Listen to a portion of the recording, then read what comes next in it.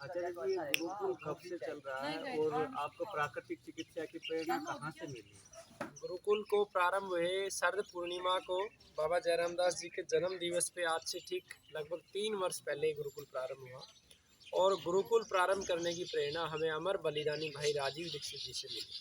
जी, तो यहाँ पर किन किन बीमारियों का इलाज किया जाता है प्राकृतिक चिकित्सा से? गुरुकुल वर्तमान में शुगर, जोड़ों का दर्द, कैंसर, मोटापा, पेट के रोग, लीवर से संबंधित रोग, किडनी से संबंधित रोग, सेक्स से संबंधित समस्या, संतानहीनता और थायराइड मुख्य रूप से इन सब बीमारियों की चिकित्सा कर रहा है। और पिछले 3 वर्षों में चिकित्सा का कार्य तो हम लगभग 5-6 वर्षों से कर रहे हैं। पहले जो चिकित्सा हम व्याख्यान के माध्यम से करते थे, आज भी हम व्याख्यान के माध्यम से चिकित्सा करते हैं, लेकिन उसमें हमारे पास प्रूफ नहीं थे कि इन सब औषधियों से लोग ठीक होते हैं। तो हमने गुरुकुल में चिकित्सा प्रारंभ की और लगभग 7,500 रोगियों को औषधियाँ देने के बाद अब हम परिणाम के रूप में ये कह सकते हैं कि पंचगव्य और प्रकृति के माध्यम से कैंसर के ऊपर, शुगर के ऊपर, जोड़ों के दर्द के ऊपर दुनिया के सर्वश्रेष्ठ परिणाम हैं। 30 से अधिक ऐसे कैंसर रोगी ठीक हो चुके हैं जिनका डॉक्टरों ने जवाब दे दिया था। और सामान्यतः पहली दूसरी स्टेज के रोगी तो उनकी संख्या हम नोटिस भी नहीं करते, बहुत ठीक हो जाते हैं, 3-4 महीने में ठीक हो जाते हैं। शुगर की अगर हम बात करें तो शुगर 4 महीने से लेके 10 माह के बीच में बिल्कुल ठीक हो जाता है।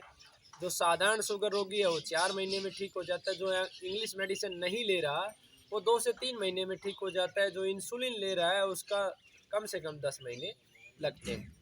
जोड़ों के रोगों की बात करें तो वो भी आपके लगभग 6 महीने लग जाते हैं, पुराना अगर जोड़ों का दर्द है, अन्यथा 2-3-4 महीने में ठीक हो जाता है। तो यहाँ पर मरीज आते हैं तो ज़्यादातर पहले हॉस्टल के चक्कर लगा के ही आते हैं बिल्कुल और जब डॉक्टर जवाब दे देते तभी यहाँ पे जी। आते हैं।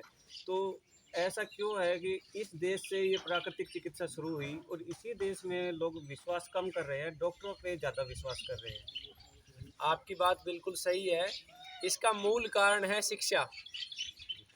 हमारी शिक्षा के माध्यम से हमें मानसिक गुलाम बना लिया गया और विदेशी जो पद्धति है उसके प्रति हमारा विश्वास पैदा कर दिया गया और हमारी पद्धति के प्रति हमारा अविश्वास पैदा कर दिया गया। इसका मूल कारण ये है। दूसरा जो सबसे बड़ा मूल कारण है कि मनोरंजन का जो तंत्र है फिल्म इंडस्ट्री के रूप में जो खड़ा हुआ, उसने भी हमें हमारी पद्धति से दूर कर दिया। और जो बाजारवादी पद्धतियां हैं जिनसे उद्योगपतियों को पैसा मिलता है, उन पद्धतियों के नज़दीक कर दिया और उन्हीं पद्धतियों पर समाज का विश्वास कायम हो गया। तो सर, जैसे कि किसी डॉक्टर से हम सलाह लेते हैं, जैसे कि देसी गाय रखना चाहते हैं, अपने काम धंधे के लिए रखना चाहते हैं, बिजनेस करना चाहते हैं दूध वगैरह का भी, तो वो पहले मना कर देते हैं कि नहीं देसी मत रख लेना, वो तो 2-4 महीने दूध देगी उसके बाद में लाद देगी। तो कहीं उनका भी हाथ है इसमें, मेरे को लगता है कुछ। देखो, राजीव दीक्षित गुरुकुल और अखंड भारत स्वाभिमान के कार्यकर्ताओं ने मिलकर जो शोध कार्य किया है, उस शोध कार्य के अनुसार लगभग हम 25 कारणों तक पहुँचे हैं। और उसमें से एक जो मूल कारण है कि प्रकृति के जो जीव हैं, जितने भी जीव हैं और जो वनस्पतियां हैं, उनके अंदर जो छेड़खानी की गई है, कैंसर व अन्य बीमारियों का एक प्रमुख कारण है। जैसे जर्सी गाय जो है, उसका वो प्राकृतिक जीव नहीं है, वो ईश्वर निर्मित नहीं है, उसको मनुष्य ने लैब में तैयार कर दिया 2 जीवों को मिला के। जैसे जीएम सीड्स हैं और हाइब्रिड पेड़ पौधे हैं, ये सब बीमारियों के प्रमुख कारण हैं। तो मैं सभी को यही कहूँगा कि केवल देसी गौमाता, और देसी गौमाता भी वो जो ईश्वर के विधान से तैयार हुई, यानी कि नंदी महाराज और गौमाता के द्वारा जो तैयार हुई, ना कि सीमन के द्वारा तैयार हुई, उसी गौमाता को आप रखें। जैसे एक गौ माता घर में रखें, उसका दूध का सेवन करें, तो क्या बीमारियों से बच सकते हैं हम? निश्चित रूप से जिस घर में गौमाता रहेगी उसके गव्यों का सेवन करेंगे, दूध का, लस्सी का, दही का, घृत का, गौमूत्र का और गोबर का, तो आपकी 70% समस्याएं स्वतः समाप्त हो जाएंगी।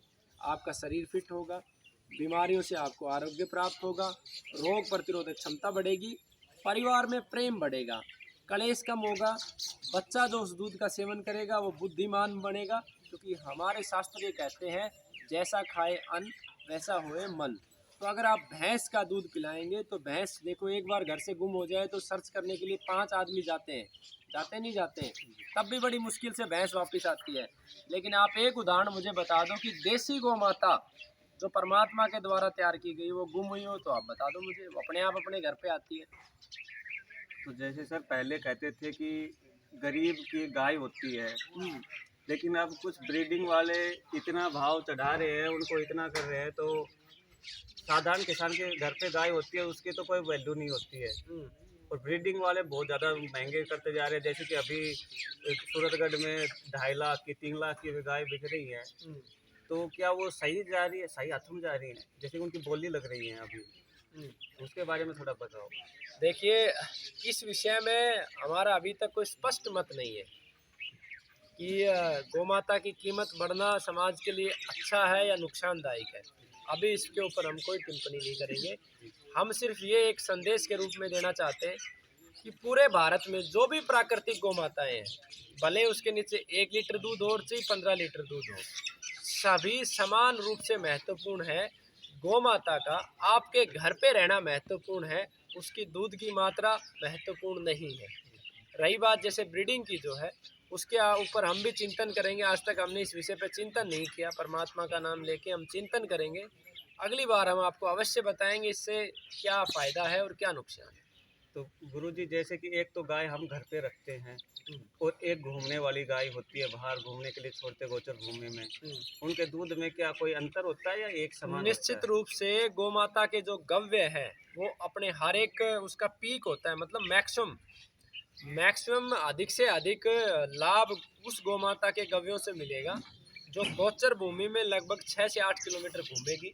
और जो गोचर भूमि में अलग अलग वनस्पतियां हैं, उन वनस्पतियों का वो सेवन करेगी, तब अधिकतम लाभ हमें गौमाता के गव्य से मिलेगा। हाँ, वर्तमान परिस्थिति में मजबूरी के रूप में जिनके घरों में गौमाता है वो एक कार्य कर सकते हैं, गाय को अंदर अंदर घुमा ले और घुमाने के अलावा वो अलग अलग प्रकार के पेड़ पौधों के पत्ते गौ माता को सेवन करवाए। जैसे कि गर्मी में शीशम के पत्तों का सेवन कराएं, आप बड़ के पत्तों का सेवन कराएं, पीपल के पत्तों का सेवन कराएं, कभी कभी नीम के पत्तों का सेवन कराएं, अर्जुन के पत्तों का सेवन कराएं, पुनर्नवा यानी कि सांटी हो तो सांटी का सेवन करवाएं, बथुए के सीजन में बथुआ सेवन कराएं, तो लगभग लगभग जो कमी है वो पूर्ति हो जाएगी। तो ये चारे के साथ में कुछ सत्तावर वगैरह देते हैं, बहुत वो अच्छा क्या है। क्या कुछ देना चाहिए उसके साथ में? गौ माता को चारे के साथ में पौष्टिक, देखो गौ माता को स्वस्थ रखने के लिए 100 ग्राम गुड़ सर्दी के सीजन में अवश्य रोजाना मिल जाए, चूना पानी के अंदर मिल जाए, ठीक है। इसके अलावा सेंधा नमक चाटने के लिए मिल जाए, सतावर उसको चारे भोजन के साथ मिल जाए सतावर। इसके अतिरिक्त सहजन के पत्ते 50 ग्राम अगर रोजाना गौ माता को मिल जाए तो वो बहुत लाभदायक है। इसके अतिरिक्त जो प्राकृतिक वनस्पतियां हैं वो सभी मिश्रित रूप में मिल जाएं तो अमृत ही अमृत है, अच्छा ही अच्छा है। तो गुरुजी एक सवाल और है मेरा। बिल्कुल पूछिए आप। जैसे जिसको शुगर हो हम्म, तो उसका इलाज कैसे करना चाहिए? देखो शुगर जिसको भी हो, रोजाना गौ माता का गौमूत्र 50 ml गर्म करके हल्दी डाल के 2-3 ग्राम सुबह पिए, शाम को पिए। इसके अतिरिक्त 100 ग्राम मेथी, 100 ग्राम तेजपत्ता, 100 ग्राम आपका चिरायता, 100 ग्राम साबुत इसबगोल, 100 ग्राम करेले के बीज और 100 ग्राम जामुन की गुठली, इन सब का पाउडर बना के 1 चम्मच सुबह 1 चम्मच शाम को। इसके अतिरिक्त शुगर के रोगी के लिए एक विशेष दिनचर्या है जो राजीव दीक्षित गुरुकुल ने डिजाइन की हुई है, उस दिनचर्या का पालन करें। वो राजीव दीक्षित गुरुकुल के यूट्यूब चैनल पे है, आपको हम उसका पेपर दे देंगे। उस दिनचर्या का पालन करें, निश्चित रूप से शुगर ठीक हो जाएगी। गुरुजी आपने बहुत से दर्शकों को और हमें अच्छी जानकारी दी। आप इसके लिए आपका जैसे बहुत धन्यवाद। साथियों को मैं सभी पत्रकार बंधुओं को आमंत्रित करता हूं 31 दिसंबर को प्रकृति और गौ माता को बचाने का जो हमारा अभियान है, 30 और 31 दिसंबर को पूरे देश से कैंसर विशेषज्ञ प्रत्येक वो व्यक्ति यहाँ पे उपलब्ध होगा जिसने 20 से ज़्यादा कैंसर रोगी प्राकृतिक जड़ी बूटियों से ठीक किए। कोई भी साधारण से साधारण व्यक्ति जिसने भी मात्र प्राकृतिक औषधियों से ठीक किया वो इस शिविर के अंदर शामिल हो सकता है। नियम हमने ये रखा है कि वो पहले एक बार गुरुकुल का जो संपर्क नंबर है उस पर संपर्क नंबर पे बात करके ये सिद्ध कर दे कि उसने 20 रोगियों को ठीक किया है। तो उस चिंतन शिविर के माध्यम से हम पहले सत्र में चेक करेंगे, चिंतन करेंगे कि कैंसर हो क्यों रहा है और दूसरे स्तर में ठीक कैसे करें और हमारे परिणाम क्या है और हम सब मिलके ज़्यादा से ज़्यादा रोगियों को कैसे ठीक कर सकते हैं। तो 31 तारीख को शाम को हमने सभी पत्रकार बंधुओं को भी आमंत्रित किया है कि हम ये दिखाएंगे कि कैसे गोमाता के कव्यों के माध्यम से लोगों का जीवन बचा है। बहुत बहुत धन्यवाद। वंदे मातरम। जय भारत।